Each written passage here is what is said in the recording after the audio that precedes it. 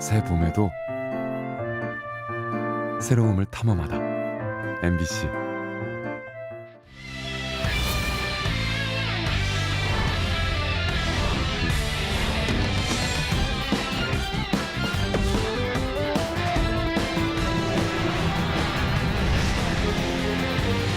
삼파전으로 압축된 국민의힘 도지사 후보 경선 선거운동이 본격화됐습니다.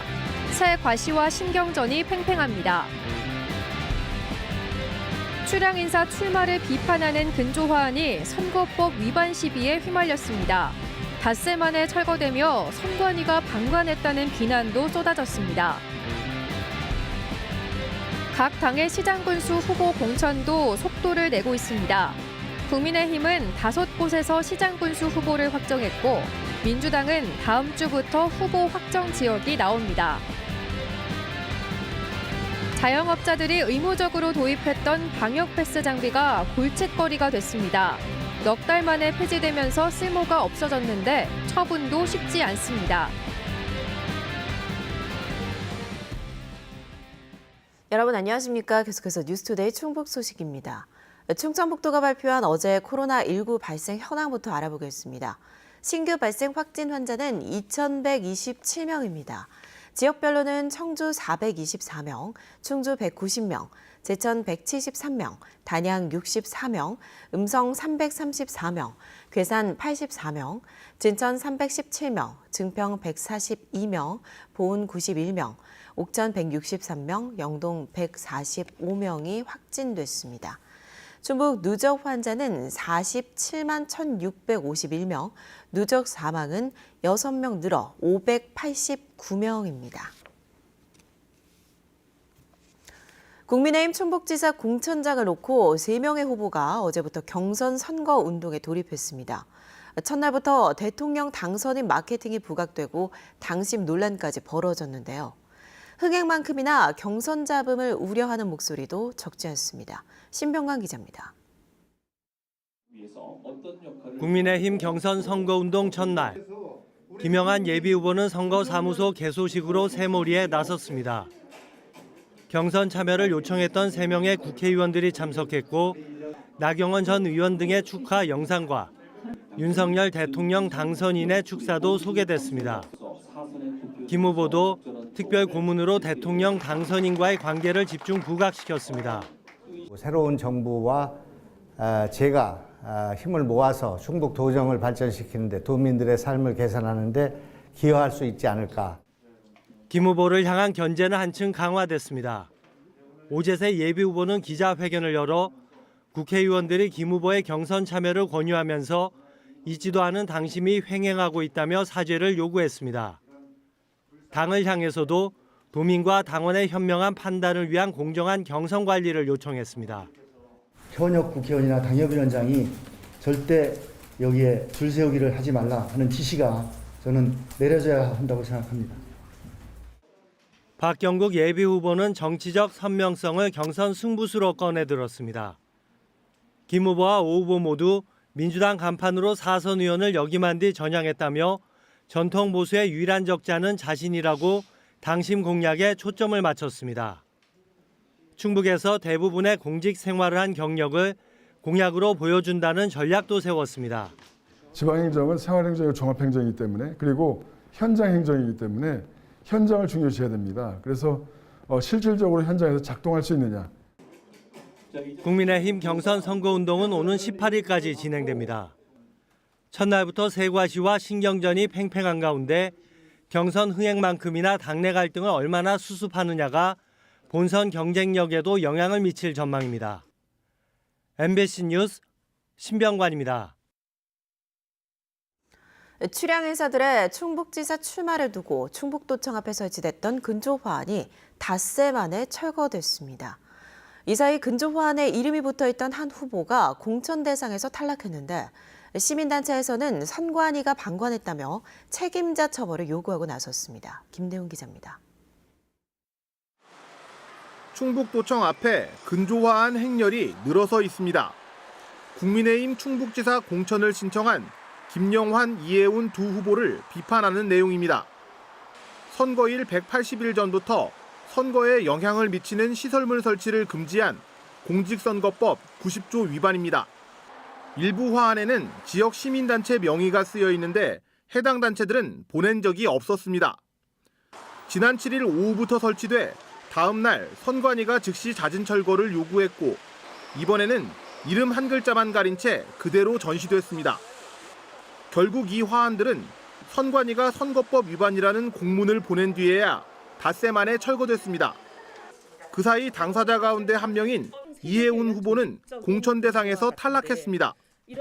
시민단체들은 화안을 설치한 단체들이 시민단체 명의를 불법으로 도용해 공당 선거에 개입했는데 선관위가 미온적인 태도로 방관했다며 책임자 처벌을 요구했습니다.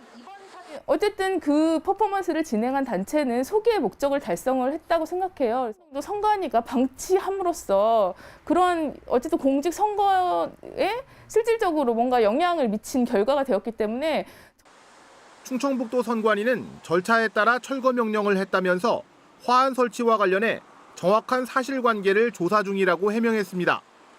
그날 구두로 철거 명령을 내렸습니다. 하지만 주말이 지나도 철거를 하지 않아서 11일 월요일에 정식 공문으로 철거 명령을 하였습니다.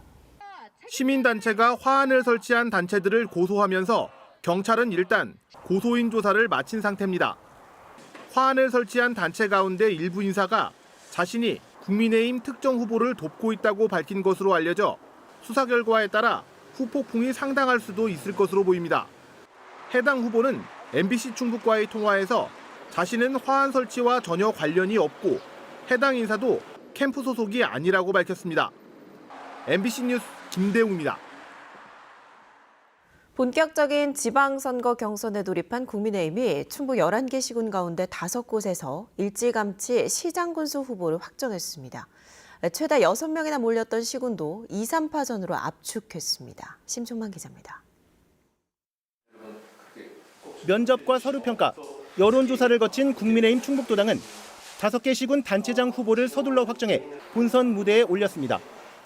재선에 현직 소속 단체장이 있는 충주와 단양은 각각 2명의 예비 후보를 제치고 3선의 도전길을 열어줬고 양자구도였던 진천은 앞서 군수를 지냈던 김경회 예비 후보에게 다시 기회가 돌아갔습니다. 옥천 김승용, 영동 정영철 예비 후보 등 단독 공천을 신청한 2개 군도 추가 후보 공모 없이 그대로 공천을 확정했습니다. 나머지 경선 지역도 2, 3파전으로 압축해 4명이 경쟁하던 국민의힘 청주시장 후보 경선은 이범석, 최연호 2 예비 후보로 역시 4파전이던 제천시장 경선은 김창규, 이찬구, 최명현 등 3명이 경쟁을 치릅니다. 현직 단체장의 3선 연임 제한으로 6명의 당내 주자가 몰린 보우는 구영수, 최원태, 최재영, 역시 3선 연임 제한으로 무주 공산이 된 증평도 당내 주자 6명 가운데 송기훈, 엄대섭, 최재옥 등 각각 절반만 경선 무대에 오릅니다. 음성은 구자평, 이기동, 임택수 등 3명의 모든 예비 후보에게 경선 기회가 돌아갔지만 괴사는 과거 반복 낙선자에 대한 공천 원칙 적용이 논란이 돼 결정이 미뤄졌습니다. 국민의힘은 오는 22일까지 시장군수 후보 공천을 최종 마무리할 예정인 가운데 탈락 주자들은 곧바로 반박 기자회견을 자청하며 정치권의 후폭풍을 예고한 상태입니다. 한편 민주당 충북도당도 주말부터 기초단체장 예비 후보 면접을 시작해 다음 주 초 단수 공천 지역부터 발표할 예정입니다. MBC 뉴스 심충만입니다. 더불어민주당 소속 이상천 제천시장이 재선 도전을 선언했습니다. 이상천 제천시장은 기자회견을 통해 그간의 성과를 설명하고 재선에 도전해 체류형 관광사업 강화, 제4산업단지 완공과 기업 유치, 주택복지사업 등 실현 가능한 정책으로 네거티브 없이 대결하겠다고 밝혔습니다. 진천에서는 민선 2기와 3기 군수를 역임했던 국민의힘 소속 김경회 전 군수가 다시 3선 도전을 선언했습니다. 김경회 전 진천 군수는 중부 4군을 중부광역시로 추진하겠다며 주요 공약으로 충북 혁신도시 통합, 자연친화적 문화산업과 스포츠 산업의 중점 육성 등을 내걸었습니다. 충청권 4개 시도가 메가시티 조성의 구심점이 될 특별지방자치단체 설립을 위해 공동 연구 용역을 진행합니다. 연구 용역은 한국지방행정연구원이 주관해 오는 8월까지 진행하며 특별 지자체 설치 여건과 도입 논리, 설계 방안, 단계별 로드맵 등이 담길 예정입니다. 충청권 4개 시도는 결과에 대한 의견 수렴을 거친 뒤 행정안전부에 특별 지자체 출범을 위한 임시기구 승인을 요청할 계획입니다. 국가균형발전위에서 지원하는 초광역협력 중장기 발전 전략 수립 연구 용역도 추진될 예정이어서 올해 메가시티 조성 논의가 본격화할 전망입니다. 정부의 방역 지침에 따라 의무적으로 도입됐던 방역 패스가 넉 달 만에 폐지되면서 음식점을 운영하는 자영업자들은 또 다른 고민이 생겼습니다.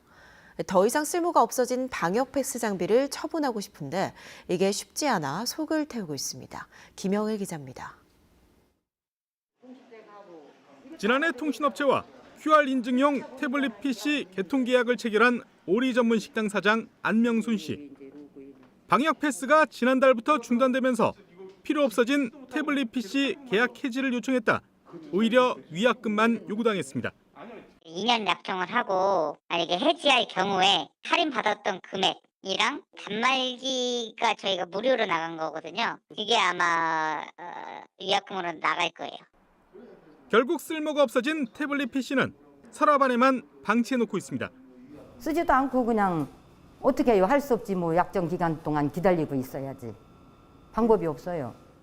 2년 약정이 돼 있어갖고 해지를 할 수가 없었어요. 또 다른 음식점도 사정은 마찬가지. 이곳 역시 전자식 온도계와 QR 인증 장비 등 최신 장비들이 한편에서 먼지만 쌓인 채 방치되고 있습니다. 정부 방역 지침에 따라 수십만 원에서 많게는 수백만 원까지 어렵게 장비를 마련했던 자영업자들은 마음이 편치 않습니다. 정부에서 또 이런 걸 갖추지 않으면은 벌금이라든지 의무적으로 해야 된다고 해야 하니까 저들도 이제 할 수 없이 샀죠. 갑자기 뭐 몇 개월 쓰다가 지금 없어지니까는 조금 그렇죠. 그렇다고 이제 와서 처분도 쉽지 않습니다. 너도 나도 중고 시장에 내놓다 보니 매물이 쏟아지면서 헐값에 거래되고 있기 때문입니다. 진짜 갖고 있는 게 나을 정도로 너무 저렴하잖아요. 뭐 이런 거 준비해서 실행해라 해서 했는데 막상 하는 거는 돈도 안 돼요. 방역 지침 변경으로 하루아침에 애물단지가 된 방역 장비들. 코로나19로 직격탄을 맞은 자영업자들의 또 다른 골칫거리가 되고 있습니다. MBC 뉴스 김영일입니다. 민주노총 충북지역본부가 반복되는 산업재해 예방을 위해 충청북도에 대책을 요구했습니다. 민노총은 지난 2일 음성에서 캄보디아 국적 20대 노동자가 5일에는 진천에서 중국 국적 40대 하청 노동자가 일터에서 숨지는 등 재해가 반복되고 있다며 충청북도 차원의 외국인 노동자 일터 안전 대책을 만들어달라고 촉구했습니다. 또 지난해 주민 발의로 만들어진 충청북도 산업재해 예방 및 노동 안전보건 지원 조례가 정작 현장에선 적용되지 않고 있다며 노동안전조사관 등 재해 예방 인력에 노동자도 참여해야 한다고 주장했습니다. 코로나 확진에 따른 격리 통지를 신청 3분 안에 문자 메시지로 즉시 자동 전송하는 서비스가 청주 일부 구에서 시범 도입됐습니다. 청주시는 최근 확진자 폭증으로 격리 통지가 일부 지연되거나 누락되고 있다며 우선 상당구와 흥덕구 확진자를 중심으로 격리 통지 발급 신청 문자를 소정의 번호로 전송하면 3분 안에 자동 전송한다고 밝혔습니다. 신청 번호는 청주시 상당구가 샵 1110-3121, 흥덕구 샵 1110-3342이며 청원과 서원구도 이르면 다음 주 서비스를 개시합니다.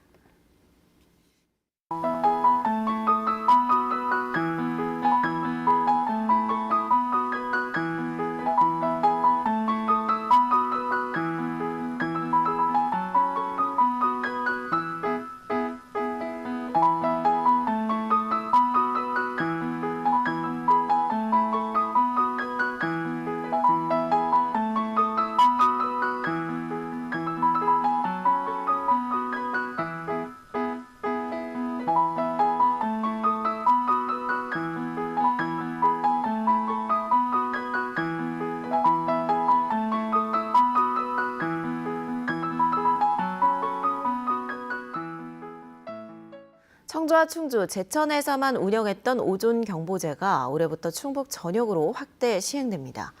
충북보건환경연구원은 도민 누구나 누리집에 문자 서비스를 신청하면 도내 전역의 오존경보 발령 여부를 확인할 수 있다고 밝혔습니다.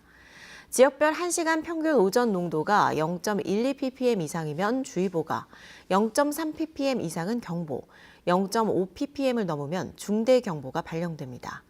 연구원은 연중 오존 농도가 가장 높은 시기인 매년 4월부터 10월까지 오존 경보제를 운영하고 있습니다. 옛 대통령 별장 청남대가 대한민국 임시정부 기념관 개관에 이어 오는 16일부터 봄꽃 축제 영춘제를 개최합니다.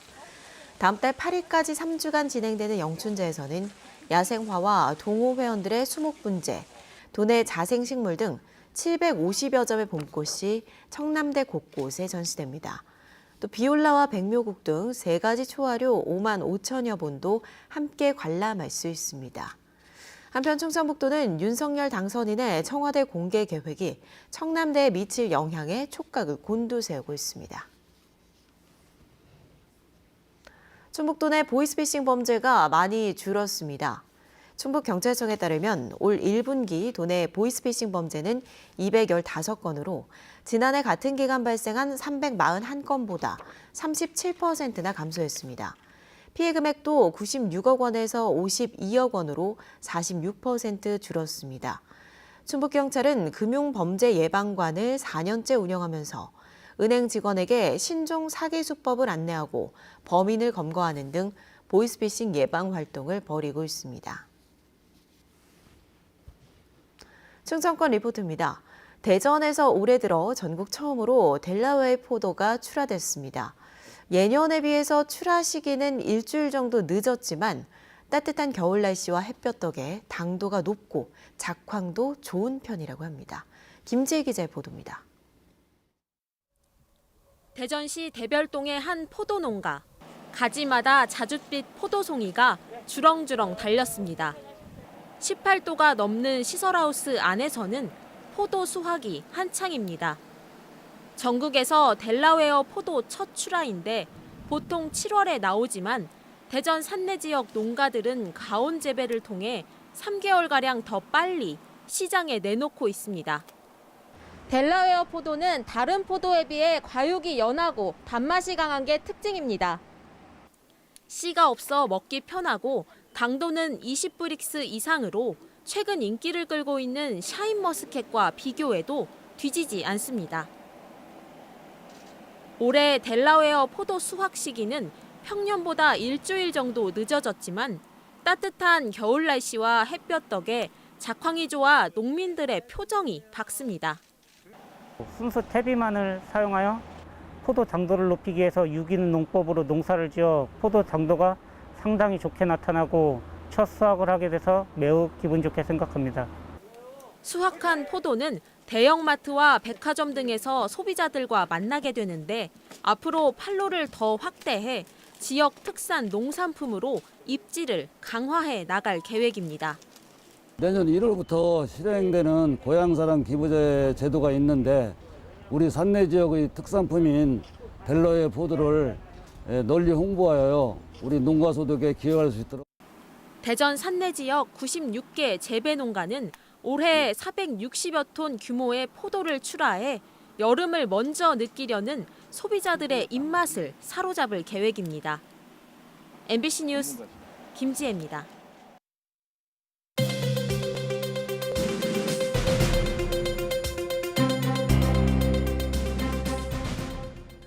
영동군에서 유일하게 24시간 응급의료를 담당하던 영동병원에 이달부터 공중보건의 배치가 제외돼 해당 병원과 지자체 등 지역사회 반발이 터져나왔습니다.